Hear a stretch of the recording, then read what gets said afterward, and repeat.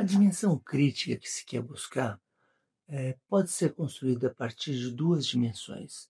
A primeira é reconhecimento que a nossa vida de hoje está intimamente relacionada com o nosso passado, com a nossa história, com as relações sociais que havia antes, com as relações econômicas que havia antes e principalmente com as relações que a gente guarda com o território. Como a gente aproveita as riquezas que são presentes no território e que socialmente são construídas.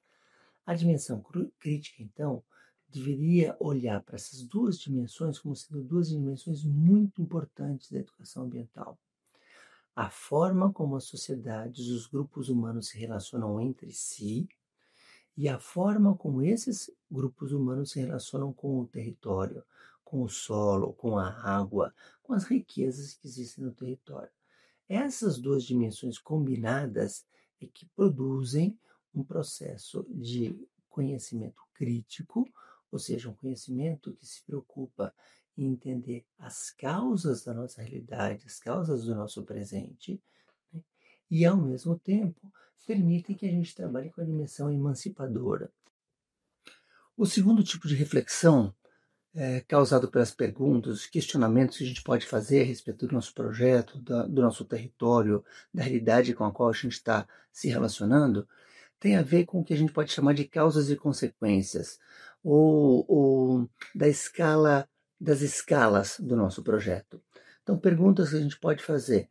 Aquilo que está acontecendo aqui no nosso bairro, aqui no estudo que a gente está fazendo, tem consequências onde? Né? Onde tem impactos a atividade que nós estamos realizando com relação ao nosso bairro, à nossa cidade, ao nosso estado.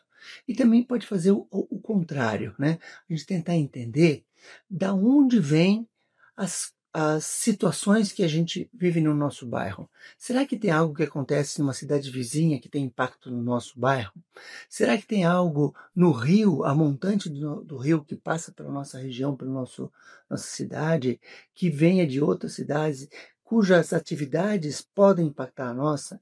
Então, ter essa noção de que está tudo ligado, de que há uma conexão, não só de pessoas, mas conexão de territórios, de elementos. Os materiais que a gente usa aqui na nossa cidade, que usa aqui no nosso bairro, o cimento que está sendo utilizado para a construção de uma sala nova na nossa escola, de onde vem esse cimento? Né? Quanto andou esse cimento? A merenda que a gente come, o almoço, a refeição que a gente come, quem produziu essa refeição? De onde veio? Veio de carro ou ela veio trazida por alguém do próprio bairro? Né? Ou será que veio de avião? Então, essas noções de causas e consequências que mostram que está tudo conectado pode ser um questionamento importante nesse sentido, sempre de transformar uma atividade mais de conscientização ou superficial numa atividade profunda que vai gerar pessoas mais críticas, mais antenadas e mais capazes de atuar, capazes de atuar nas situações socioambientais do nosso bairro, da nossa cidade, do nosso país. Ao lado da dimensão crítica, a dimensão emancipadora é fundamental. A dimensão emancipadora permite que cada um construa a sua própria interpretação da realidade, que descubra quais são as suas perguntas, que descubra quais são os objetivos dentro do processo.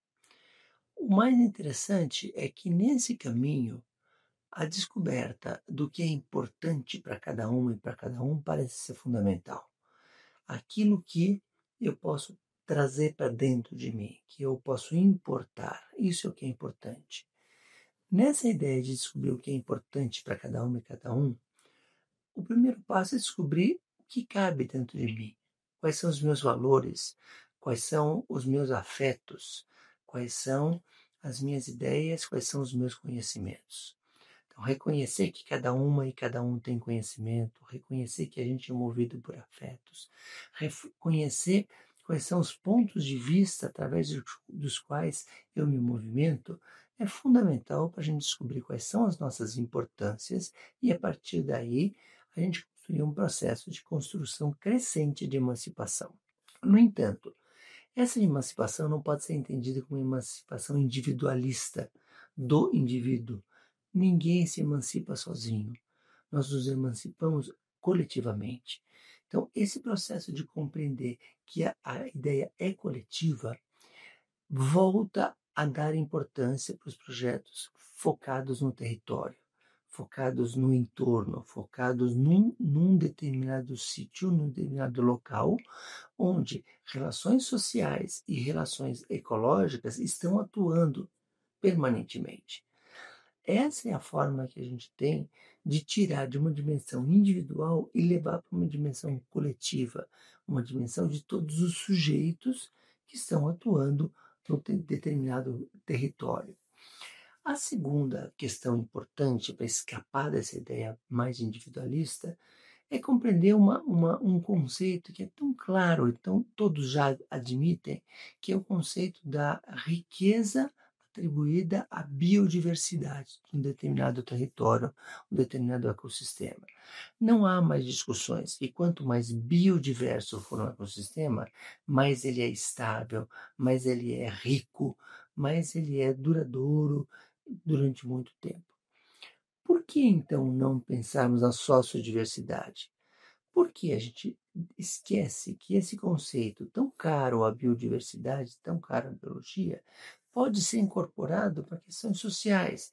E podemos entender que um espaço é mais estável na medida em que ele é mais diverso, que um território é mais estável na medida que a gente tem um conjunto de culturas diferentes que atuam naquele território e mantêm aquele território. Então, essa forma de reconhecer os outros saberes, as outras pessoas, é uma forma que nos ajuda a sair de uma visão mais individualista para uma dimensão mais coletiva.